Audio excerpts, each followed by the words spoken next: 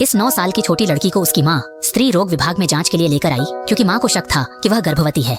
जब डॉक्टर ने जांच का नतीजा माँ को बताया, माँ पूरी तरह टूट गई।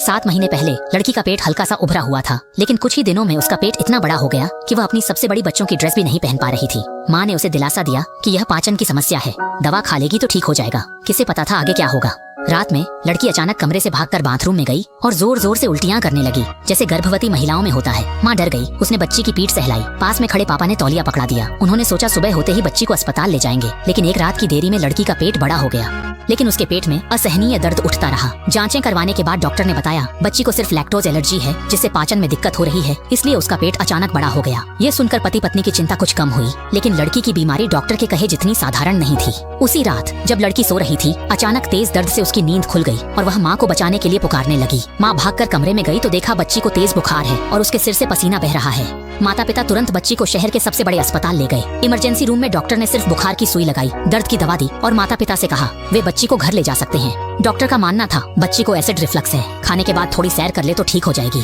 लेकिन माँ को इस तरह की जांच पर भरोसा नहीं था, क्योंकि बच्ची के लक्षण किसी गंभीर बीमारी जैसे लग रहे थे। उसने डॉक्टर से दोबारा जांच करने की गुजारिश की, लेकिन डॉक्टर ने झुंझलाते हुए कहा अगर आपको विश्वास नहीं है तो आप किसी और अस्पताल में जांच करवा सकते हैं, यहाँ समय बर्बाद मत कीजिए। इतना कहकर डॉक्टर जाने लगा, लेकिन इस बार माँ घबरा गई और उसने डॉक्टर को पकड़ लिया। गुस्से में उसने कहा कि अस्पताल के सबसे अच्छे डॉक्टर को बुलाया जाए और बेटी की दोबारा जांच की जाए, वरना वे यहीं रुकेंगे। माता पिता की इतनी दृढ़ता देखकर डॉक्टर को आखिरकार मानना ही पड़ा। अगले दिन वही डॉक्टर बाल रोग विभाग के प्रमुख को लेकर आया, लेकिन प्रमुख की बातों ने पति पत्नी को दुख में डाल दिया।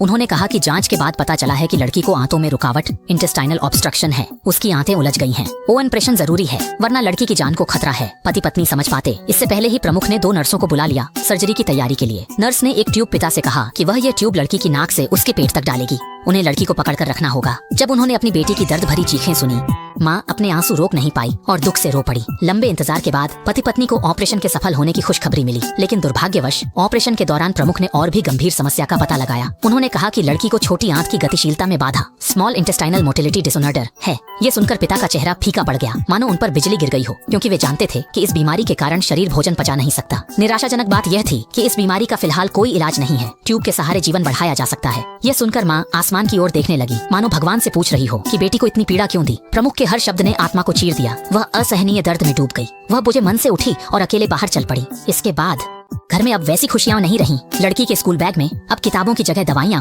और उपकरण भरे रहते हैं। उसे हर दिन नाक से पेट तक डाली गई ट्यूब निकालने की पीड़ा भी सहनी पड़ती है। बेटी की यह हालत देखकर माँ हाथ पर हाथ धरे नहीं बैठी। उसने देश के बेहतरीन गैस्ट्रोएंट्रोलॉजिस्ट से संपर्क करना शुरू किया, लेकिन 6 महीने बीत गए। भेजे गए पत्र गुम हो गए, कोई जवाब नहीं आया। आखिरकार माँ का हौसला टूट गया। वह सीढ़ियों पर निढाल होकर बैठ गई। उसकी आंखें शून्य में टिकी रहीं और उसके चेहरे पर अब वैसी आशा और सकारात्मकता नहीं बची थी।